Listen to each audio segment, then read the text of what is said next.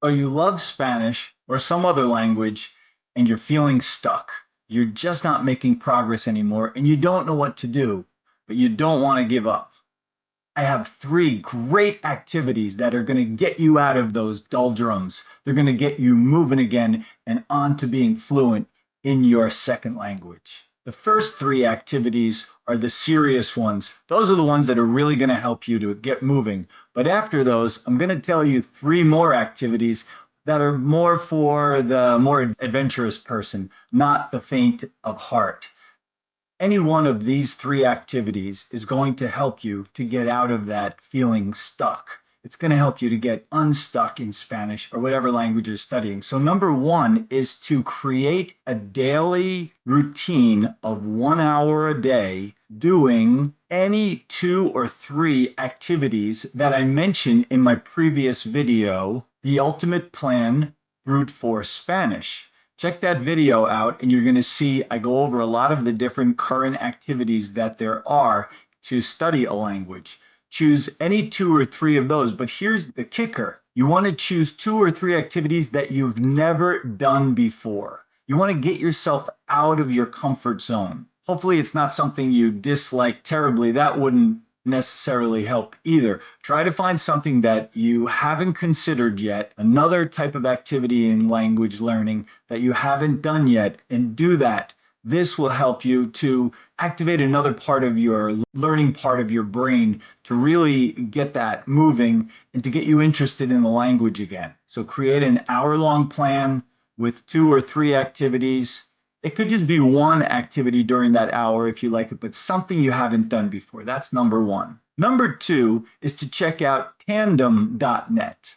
I just recently found out about this. Now, a lot of you might already know about this. In tandem.net, Tandem.net, you can, I don't have any kind of affiliate relationship with them. I've just heard about it from my own students. You get a language partner, somebody who's learning your language and you're learning their language, and you share time with each other speaking the two languages. Now, I recommend, I actually did this back in the 1980s in college when it didn't have that name. I just came up with it on my own. I thought I should, offer some native speakers some English and they can help me with my Spanish. But I've seen a lot of people do this where they both just wind up speaking maybe their own language or the target language, but both whatever's most comfortable back and forth to each other at the same time. So like half English, half Spanish during the whole time. That doesn't, I don't think that's really beneficial. Let the other person know that for 30 minutes or for an hour, we're just going to speak English. And for 30 minutes or for an hour, we're just going to speak Spanish. Keep them separate. Keep them separate. You'll build a lot more because if you're having a conversation in Spanish, you don't want the other person to be answering in English. You want them to be answering in Spanish while you're also trying to speak Spanish and vice versa. It will help both of you the most. So that's tandem.net. Number three is to book a class on italki. Now, the reason I bring this up is, yeah, I teach on italki, and definitely please consider taking a class with me. But if cost is the issue, I just checked on italki, and there are 19 tutors that are native speakers of Spanish offering classes at only $5 an hour this right now. So you can control the pricing gauge and move it all the way down to the bottom and check out the teachers who offer a class for just $5 an hour. I just booked a class with one of them out of curiosity so I can keep practicing my Spanish too. I like to speak with native speakers and keep up my skills in Spanish. So why don't you consider doing that? $5 an hour to have a class with somebody in Spanish. Now, they might not have all the teaching skills, but at least you can have a conversation with them. So these are the three activities that I recommend. So now let's get to the ones that are kind of crazy or out there or for the more adventurous of you. The first one is to fall in love with a native speaker.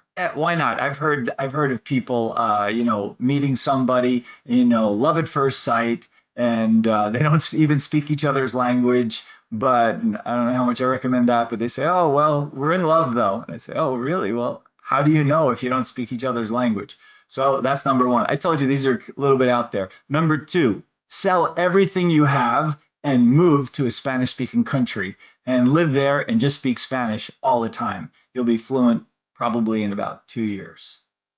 And number three is to let Elon Musk experiment on you and install his new Spanish fluency chip in your brain and see what happens. Okay, I know that was kind of silly, but you have a lot of things to work with now. I hope you can find some way, some ideas how to get your things moving again, especially with the first three suggestions I made. There's definitely something out there. You just sometimes you just need to change things up. Okay. So when I feel like I'm kind of slowing down with whatever the language I'm studying, because it can happen to anybody, you get a little bit you start feeling extra critical of yourself, feeling like, oh, I'm not getting anywhere, I'm not learning as fast as I'd like to. I can't say the most basic thing, and I should be able to say that after studying it for this much time.